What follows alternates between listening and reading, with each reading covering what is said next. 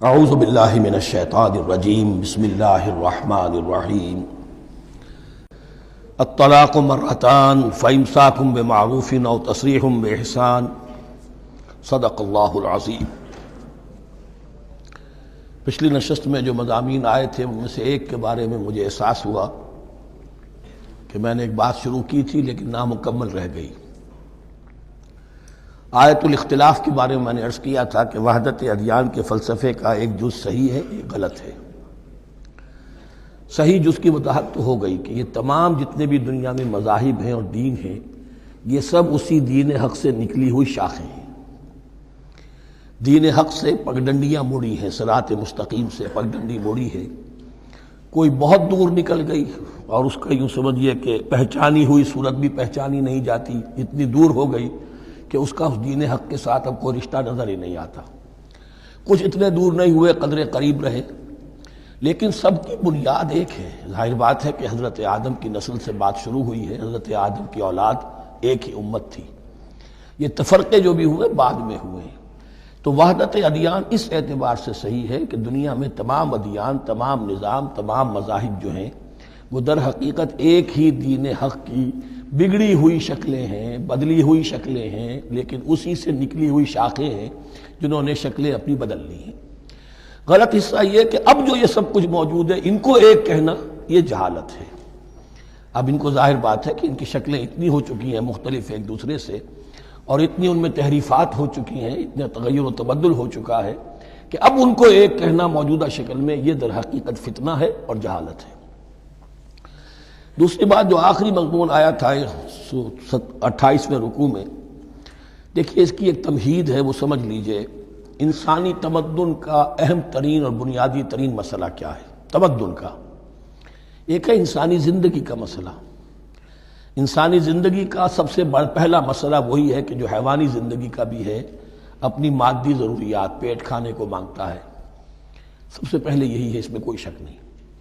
لیکن اس کے بعد جب دو انسان ملتے ہیں اور اس سے تمدن شروع ہوتا ہے، اس کا سب سے بڑا مسئلہ ہے انسان کی شہوت۔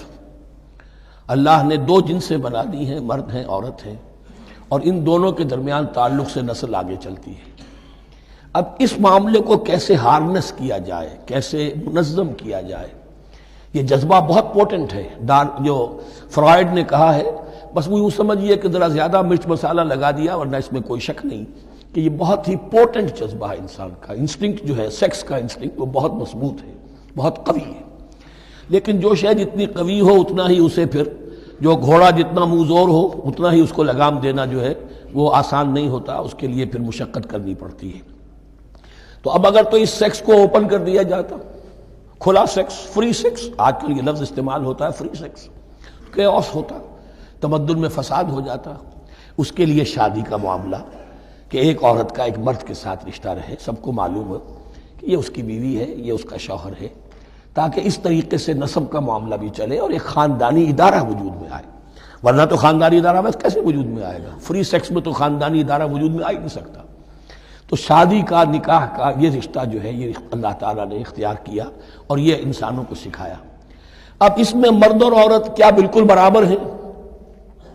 اس سے بڑی حماقت کوئی نہیں، اس لیے کہ کسی بھی ادارے کے دو برابر کے سربراہ نہیں ہو سکتے۔ اتنی موٹی بات ہے کہ اگر آپ کسی ایک محکمے کے دو ڈائریکٹر بنا دیں، بات غلط ہو جائے گی، خراب ہو جائے گی۔ ایک ڈائریکٹر، مینیجنگ ڈائریکٹر، دوسرے 10 ڈائریکٹر بنا دیجیے آپ، لیکن اوپر ایک ہوگا، جنرل مینیجر ایک ہوگا، ڈپٹی مینیجر 10 رکھ دیجیے۔ ہر ادارے میں اگر نظم قائم کرنا ہے تو ایک اوپر ٹاپ پر ہونا چاہیے۔ لہذا جب ایک مرد اور ایک عورت، مرد اور عورت انسان ہونے کے ناطے بالکل برابر ہیں، ایک ہی باپ کے نطفے سے بیٹا بھی ہے، بیٹی بھی ہے، ایک ہی ماں کے رحم میں بھائی نے بھی پرورش پائی ہے اور بہن نے بھی، اس اعتبار سے وہ برابر ہیں۔ شرف انسانیت میں، نوع انسانی کی حیثیت سے، human dignity and honour, they share both equally, absolutely equally. لیکن جب ایک مرد اور ایک عورت مل کر خاندان کے بنیاد رکھتے ہیں تو اب یہ برابر نہیں رہے۔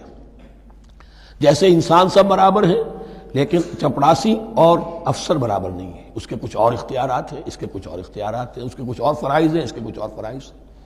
اس طریقے سے اس رشتے کے معاملے میں اور یہ بھی نوٹ کر لیجئے کہ یہی وجہ اس قدر تفصیل کے ساتھ سب سے پہلے احکام قرآن میں دیے جا رہے ہیں اسی آئلی قوانین کے متعلق، لیکن تمدن کی جڑ بنیاد یہ ہے، یہاں سے خاندان بنتا ہے، اور خاندانوں کے اجتماع کا نام معاشرہ ہے۔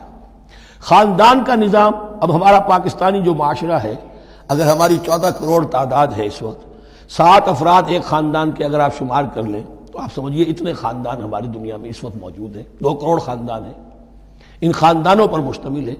خاندان کا ادارہ مستحکم ہوگا، معاشرہ مستحکم ہو جائے گا۔ خاندان کے ادارے میں صلاح ہوگی، فلاح ہوگی، معاشرے میں صلاح و فلاح آئے گی۔ وہاں فتور ہوگا، فساد ہوگا، بے چینی ہوگی، ظلم ہوگا، ناانصافی ہوگی، وہاں کنفلکٹس ہوں گے، میاں اور بیوی میں جو ہے جھگڑے ہو رہے ہوں گے تو اولاد کی تو جو ہے پھر وہاں تربیت صحیح نہیں ہو سکتی، ان کی تربیت میں منفی چیزیں شامل ہو جائیں گی۔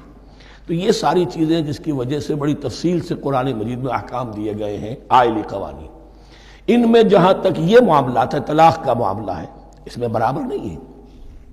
شادی کرنے میں عورت کو بھی حق ہے، وہ شادی سے انکار کر دے، جبر نہیں کیا جا سکتا۔ ایک مرتبہ وہ نکاح میں آ گئی ہے تو اب شوہر کا پلڑا بھاری ہے، شوہر اسے طلاق دے سکتا ہے، اگر ظلم کے ساتھ دے گا اللہ کے ہاں جواب دہی کرے گا اور پکڑ ہو جائے گی، لیکن اختیار ہے۔ وہ خود طلاق نہیں دے سکتی، البتہ طلاق حاصل کر سکتی ہے، خلا جسے ہم کہتے ہیں، وہ عدالت کے ذریعے سے، بڑوں کے ذریعے سے، رشتہ داروں کے ذریعے سے خلا کرے، لیکن طلاق دینے کا حق اس کو برابر نہیں ہے مرد کی طرح۔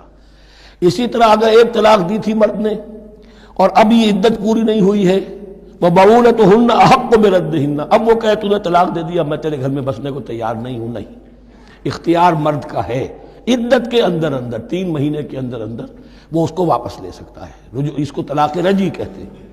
یہ تمام چیزیں ایسی ہیں کہ بہرحال خواتین کو اچھی نہیں لگتی، اور آج کی دنیا میں تو جو یہ مرد و عورت کی مساوات کا سلسلہ ہے، یہ شیطان کا سب سے بڑا فلسفہ اور معاشرے میں فساد اور گندگی پیدا کرنے کا اس کا سب سے بڑا ہتھیار ہے۔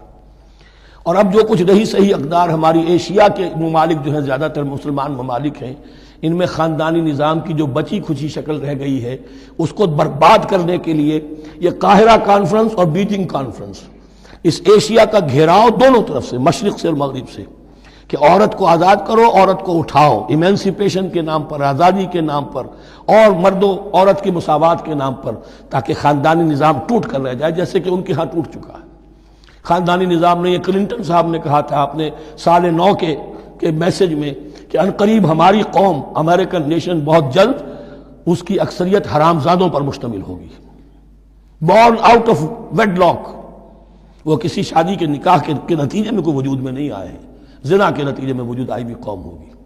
1 پیرنٹ فیملی رہ گئی ہے، ماں ہی باپ ہے اور وہی ماں ہے، اور وہ دونوں وہ جانتے ہی نہیں۔ اب وہاں بڑی ایک مہم اٹھ رہی ہے کہ ہر انسان کا حق ہے کہ اسے معلوم ہو کہ میرا باپ کون ہے۔ وہاں تو بہت سے لوگ پتہ ہی باپ کون ہے میرا، کیا پتہ۔ یہ تباہی ہے جو اس معاشرے پر آ چکی ہے، اور ہمارے ہاں بھی لوگ اسی معاشرے کی نقالی پر چل رہے ہیں۔ اور یہ نظریہ مساوات مرد و زن جو ہے، یہ بہت ہی یوں سمجھیے کہ تابناک اور بہت اچھے الفاظ کے ساتھ سامنے آ رہا ہے۔ البتہ اس کا دوسرا رخ بھی ہے، اسلام نے عورت کو جو حقوق دیے ہیں بدقسمتی سے ہم مسلمانوں نے وہ بھی ان کو نہیں دیے۔ اس کی وجہ یہ ہے کہ ہمارے اوپر ہمارا ہانٹ کر رہا ہے ہمارا ہندوانہ پس منظر۔ ہندوؤں کے معاشرے میں عورت کی کوئی حیثیت نہیں، نہ اس کی وراثت کا حق ہے، نہ وہ بیوہ ہو جائے تو جینے کا حق تھا اس کو، وہ تو پھر ستی ہو جانا چاہیے اس کو، اس کے لیے تو زندگی کا حق بھی نہیں ہے، وراثت تو بہت دور کی بات رہی، کوئی پراپرٹی کا کوئی سوال نہیں، کسی طرح کی کوئی حیثیت نہیں، کوئی لیگل اینٹیٹی نہیں۔ لیکن ہم مسلمان تو ہو گئے، ہمارے آباء و اجداد، تربیت ہوئی نہیں، لہذا ہمارے اوپر وہی تصورات ہیں، عورت کو جو ہے پاؤں کی جوتی کی طرح سمجھنا۔ یہ جو کچھ ہم کر رہے ہیں ان کے جائز حقوق بھی انہیں نہیں دیتے، اس کے نتیجے میں ہم جو مغرب کا ہم پر حملہ ہے اس کو مؤثر کرنے میں گویا ہم مدد دے رہے ہیں۔ اگر ہم اپنی خواتین کو وہ حقوق نہیں دیں گے، اگر ان کے لیے جو اللہ نے جو مقرر کیا ہے وہ انہیں نہیں دیا جائے گا، تو ظاہر بات ہے کہ رد عمل میں پھر جو یہ نعرے ہیں اور بڑے خوشنما جو دعوت اٹھتی ہے وہ لازماً انہیں کھینچ کر لے جائے گی۔ تو اس طرف بھی خیال رکھیے، اور ہمارے ہاں دیندار گھرانوں میں خاص طور پر یہ بات ہوتی ہے، اس کو سمجھنا چاہیے کہ عورتوں کے کیا حقوق ہیں، ان کی دلجوئی کتنی کرنی چاہیے۔ حضور نے کیا فرمایا ہے؟ تم میں سے بہترین لوگ وہ جو اپنے گھر والوں کے لیے اچھے ہوں، بہترین لوگ وہ ہیں۔ ان کے حقوق کا لحاظ ہو، ان کے ساتھ سلوک ہو، ان کی دلجوئی ہو، ان کے احساسات کا بھی پاس کیا جائے۔ البتہ جہاں شریعت کا اور دین کا معاملہ آ جائے، نتھنگ ڈوئنگ، سیدھی سیدھی بات، یہ تلوار کی طرح آپ ننگے ہو جائیں اس وقت کہ یہ معاملہ دین کا ہے، اس میں تمہاری کوئی رعایت نہیں کر سکتا۔ ہاں میرے معاملات کے اندر جو بھی تم چاہو میں نرمی کروں گا، یہ ہو سکتا ہے۔ بس اس کو ذہن میں رکھیے، یہ کڑوی گولی ہے۔ وَلَهُنَّ مِثْلُ الَّذِي عَلَيْهِنَّ بِالْمَعْرُوفِ وَلِلرِّجَالِ عَلَيْهِنَّ دَرَجَةٌ۔ اب درمیان کے الفاظ کو تو جدید جو ہمارے ہیں دانشور وہ لے لیتے ہیں، اوپر کا نہیں دیکھتے کہ بَعُولَتُهُنَّ أَحَقُّ بِرَدِّهِنَّ، برابری کہاں رہی؟ شادی کرتے ہوئے برابری ہے، عورت کہہ سکتی میں شادی نہیں کرتی، شادی نہیں ہوگی، اس وقت برابری ہے، دونوں کی رضامندی سے شادی ہوگی، یہ برابری ہے۔ لیکن جب ایک مرتبہ بیوی بن گئی اب برابر نہیں ہے۔ اب یہ فلسفہ جا کر پوری طرح بیان ہوگا سورہ نساء میں، اور رجال قوامون علی النساء، یہ بات پھر وہاں آئے گی۔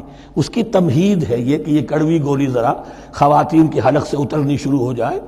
وَبَعُولَتُهُنَّ أَحَقُّ بِرَدِّهِنَّ، اور اسی طریقے سے وَلِلرِّجَالِ عَلَيْهِنَّ دَرَجَةٌ۔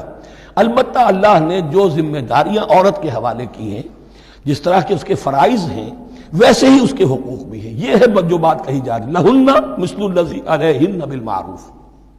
اور یہ دنیا کا وہ اصول ہے کہ responsibilities and privileges they go together۔ کہیں آپ کا اگر ذمہ داری زیادہ تو حقوق اور اختیارات بھی زیادہ ہوں گے۔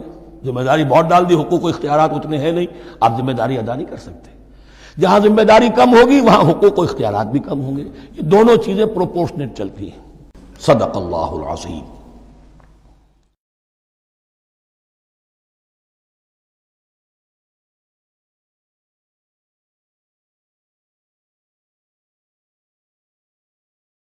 اعوذ باللہ من الشیطان الرجیم، بسم اللہ الرحمن الرحیم۔ الطلاق مرتان، طلاق دو مرتبہ ہے، یعنی ایک شوہر کو دو مرتبہ طلاق دے کر اور رجوع کر لینے کا حق ہے۔ ایک دفعہ طلاق دی اور عدت کے اندر رجوع کر لیا، ٹھیک ہے، پھر طلاق دی اور عدت کے اندر رجوع کر لیا، ٹھیک ہے، تیسری مرتبہ طلاق دی، اب رجوع نہیں کر سکتا۔ الطلاق مرتان، دو مرتبہ ہو سکتا ہے۔ فَإِمْسَاكٌ بِمَعْرُوفٍ أَوْ تَسْرِيحٌ بِإِحْسَانٍ، اب اس کے بعد فیصلہ کرو، یا تو روکو اس کو اپنے گھر میں تو وہ بھی نیکی کے ساتھ، بھلائی کے ساتھ، تنگ کرنے کے لیے نہیں، پریشان کرنے کے لیے نہیں، اور تسریح بِإِحْسَان، یا رخصت کر دینا ہے ایک اچھے بھلے طریقے سے، بھلے مانسوں کی طرح خوبصورتی کے ساتھ۔ روکو تو بھلائی کے لیے، اور اگر رخصت کرنا ہے تو خوبصورت انداز میں۔ وَلَا يَحِلُّ لَكُمْ أَن تَأْخُذُوا مِمَّا آتَيْتُمُوهُنَّ شَيْئًا، اور تمہارے لیے ہرگز جائز نہیں ہے کہ جو کچھ تم نے انہیں دیا تھا اس میں سے کچھ بھی واپس لو۔ جو بھی تم نے انہیں مہر دیا تھا اس میں سے کچھ واپس نہیں لے سکتے جب تم طلاق دے رہے ہو۔ ہاں اگر عورت طلاق مانگے تو اسے اپنے مہر میں سے کچھ چھوڑنا پڑے گا، یہ دوسری بات ہے، لیکن جب بر طلاق دے رہا ہے تو پھر وہ نہیں روک اس کو اس میں سے جو بھی کچھ دیا ہو۔ یہاں تک کہ آیا ہے کہ اگرچہ تم نے ان کو احداہن قنطارا، سونے کے ڈھیر دیے ہوں، ان میں سے بھی کچھ نہیں لے سکتے واپس۔ وَلَا يَحِلُّ لَكُمْ أَن تَأْخُذُوا مِمَّا آتَيْتُمُوهُنَّ شَيْئًا إِلَّا أَن يَخَافَا أَن لَا يُقِيمَا حُدُودَ اللَّهِ، البتہ اگر وہ دونوں یہ سمجھیں کہ ہم حدود اللہ کو قائم نہیں رکھ سکیں گے۔ مراد کیا ہے کہ فیملی لائف کے ضمن میں جو اللہ نے احکام دیے ہیں، جو آداب ہیں، جو ان کے مقاصد ہیں، وہ ہمارے مابین اتنی موافقت مزاجی نہیں ہے کہ ہم ساتھ چل سکیں۔ ایک عورت اگر یہ محسوس کرتی ہے فَإِنْ خِفْتُمْ أَلَّا يُقِيمَا حُدُودَ اللَّهِ فَلَا جُنَاحَ عَلَيْهِمَا فِي مَا افْتَدَتْ بِهِ، پھر اگر اس کا یہ خیال ہے کہ یہ نہیں رکھ سکیں گے تو پھر کوئی حرج نہیں ہے ان دونوں پر کہ جو کچھ دے دلا کر عورت فدیے میں اپنے آپ کو چھڑا لے، یعنی کہہ کہ ٹھیک ہے تم نے مجھے 10 لاکھ مہر دیا تھا، میں 5 لاکھ تمہیں واپس کرتی ہوں، یا تم نے 10 لاکھ کا میرا مہر رکھا تھا، میں کھلا مانگ رہی ہوں، میں صرف 5 لاکھ کا تم سے تقاضا کرتی ہوں، اسے اپنے مہر میں سے کچھ چھوڑنا ہوگا، یہ فدیہ ہے۔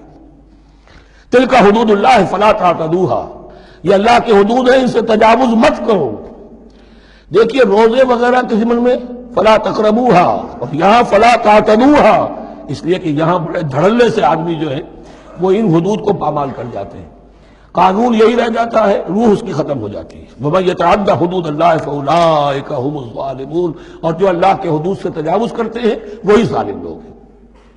فَإِن طَلَّقَهَا، اب اگر تیسری مرتبہ طلاق دے دی، الطلاق مرتان تو ہو چکا، اس کے بارے میں سارے احکام آ گئے، لیکن اب اگر دے دی مراد ہے تیسری مرتبہ، فَإِن طَلَّقَهَا فَلَا تَحِلُّ لَهُ مِن بَعْدِ حَتَّىٰ تَنكِحَ زَوْجًا غَيْرَهُ، تو اب وہ اس کے لیے جائز نہیں ہوگی جب تک کہ وہ عورت کسی اور شوہر سے شادی نہ کرے۔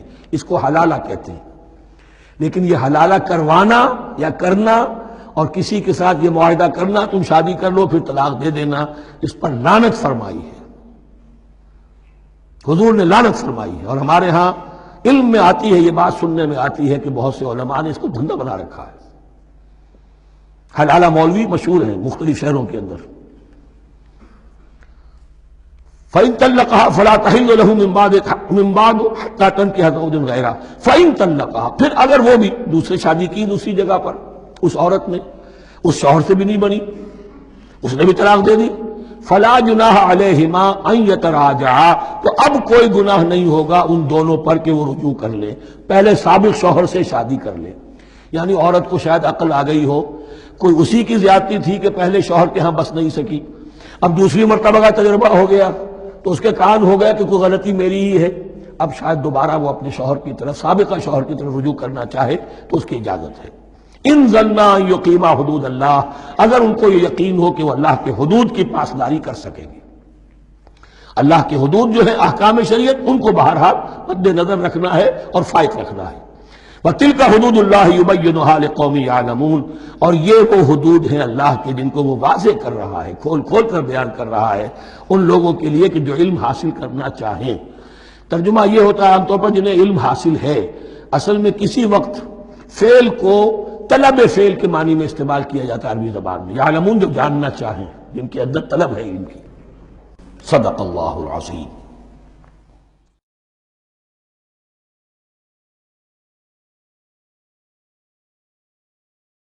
اعوذ باللہ من الشیطان الرجیم، بسم اللہ الرحمن الرحیم۔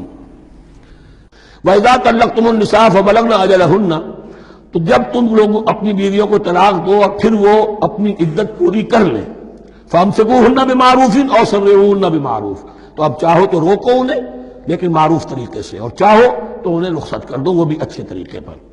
وَلَا تُمْسِكُوهُنَّ ضِرَارًا لِتَعْتَدُوا، اور دیکھو ایسا نہ کرو کہ تم روکو انہیں تنگ کرنے کے لیے۔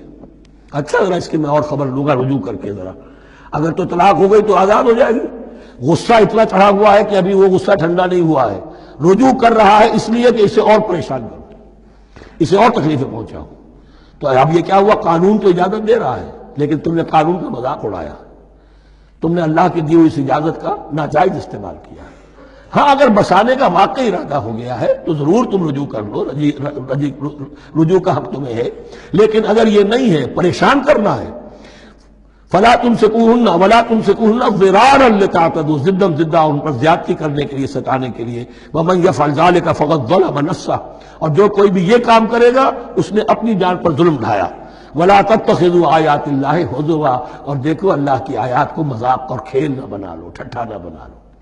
یہ اچھی طرح جان لیجئے، لا از لا and there can be law which has no flaw.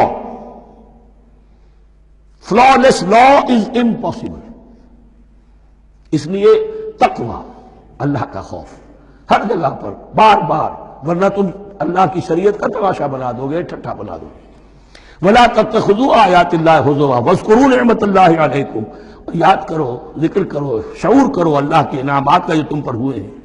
وَمَا أَنزَلَ عَلَيْكُمْ مِنَ الْكِتَابِ وَالْحِكْمَةِ، اور جو اس نے نازل فرما دی ہے تم پر اپنی کتاب، اپنی شریعت اور حکمت، یعظکم بہ، اس کے ذریعے سے تمہیں نصیحت کر رہا ہے، سیدھا راستہ بتا رہا ہے۔ واتقوا اللہ، اللہ کا تقوی اختیار کرو۔ وَاعْلَمُوا أَنَّ اللَّهَ بِكُلِّ شَيْءٍ عَلِيمٌ، اور جان لو کہ اللہ تعالیٰ کو ہر چیز کا حقیقی علم حاصل ہے۔ وَإِذَا طَلَّقْتُمُ النِّسَاءَ فَبَلَغْنَ أَجَلَهُنَّ فَلَا تَعْضُلُوهُنَّ أَن يَنكِحْنَ أَزْوَاجَهُنَّ إِذَا تَرَاضَوْا بَيْنَهُم بِالْمَعْرُوفِ، اور جب تم اپنی عورتوں کو طلاق دے دو پھر وہ اپنی عدت پوری کر لیں، تو مت آڑے آؤ اس میں کہ وہ عورتیں پھر نکاح کر لیں اپنے سابق ازواج سے، اذا تراضوا بینہم بالمعروف، جبکہ وہ آپس میں رضامند ہو جائیں بھلے طریقے پر۔ یعنی اگر طلاق مغلظ نہیں ہے، دیکھیے ایک طلاق ہوتی ہے بائن، پہلی طلاق دوسری طلاق، یہ جب تک عدت ختم نہیں ہوئی طلاق رجعی کہلاتی ہے، اس کے دوران شوہر کو رجوع کرنے کا حق ہے۔ عدت پوری ہو گئی، اب یہ بائن ہو گئی، اب شوہر اور بیوی کا جو رشتہ ہے ٹوٹ گیا، اب اگر نکاح ہوگا تو دوبارہ ہوگا، اس میں عورت کی مرضی کو دخل ہے۔ عدت کے اندر عورت کی مرضی کو دخل نہیں ہے، لیکن عدت کے بعد اب عورت کو اختیار ہے، اب تو نکاح ثانی ہوگا، سوائے طلاق مغلظ کے۔ تیسری طلاق اگر ہو گئی ہے تو پھر جب تک اس کا نکاح کسی اور سے نہ ہو جائے، وہ بھی طلاق دے دے، تو ان کے درمیان نکاح نہیں ہو سکتا۔ گویا کہ یہ دو طلاقوں کے بعد اگر پھر یہ لوگ جبکہ طلاق بائن ہو چکی ہو، وہی عورت وہی مرد پھر نکاح کرنا چاہیں تو اب تم آڑے مت آؤ۔ ہوتا کیا ہے، عورت کے بھائی ہیں، اب انہیں غصہ چڑھا ہوا، اس بدماش نے یہ کچھ کیا تھا، اس نے تمہیں ایسے ایسے ستایا تھا، اس نے یہ کیا تھا، اب تمہیں ہم شادی نہیں کرنے دیں گے اس کے ساتھ، نہیں، یہ کام تمہارا نہیں ہے۔ اگر وہ اذا تراضوا بینہم، اگر وہ باہم راضی ہو جائیں تو تم اب ان کے آڑے مت آؤ، بالمعروف۔ ذالک یوعظ بہ من کان منکم یؤمن باللہ والیوم الآخر، یہ وہ چیزیں ہیں جن کی نصیحت کی جا رہی ہے تم میں سے ان کو جو واقعتاً ایمان رکھتے ہو اللہ پر اور یوم آخر پر۔ ان کے اندر ایمان ہی نہیں ہے، ان کے لیے یہ سارا جو ہے بحث کے آگے بین بجائے جاؤ کیا حاصل ہے، وہ تو پھر اس کو کوئی فائدہ نہیں پہنچے گا۔ ذالک یوعظ بہ من کان منکم یؤمن باللہ والیوم الآخر ذالکم ازکی لکم واطہر، یہ طریقے جو ہیں تمہارے لیے زیادہ پاک ہیں، زیادہ عمدہ ہیں۔ واللہ یعلم وانتم لا تعلمون، اللہ جانتا ہے تم نہیں جانتے۔ اپنی عقل کو مقدم نہ رکھو، یہ اللہ کا علم ہے، اسی نے عورت کو بنایا، اسی نے مرد کو بنایا، اسے مرد بھی عزیز ہے، عورت بھی عزیز ہے۔ الخلق عیال اللہ، حضور نے فرمایا تمام مخلوق اللہ کے کنبے کے مانند ہے۔ اللہ کو تو اپنا ہر انسان مرد ہو یا عورت ہو محبوب ہے، پسندیدہ ہے، اس کی تخلیق ہے، اس کا شاہکار ہے، لیکن یہ کہ وہ جانتا ہے کہ عورت کے کیا حقوق ہونے چاہیے، مرد کے کیا ہونے چاہیے، لہذا واللہ یعلم وانتم لا تعلمون۔ صدق اللہ العظیم۔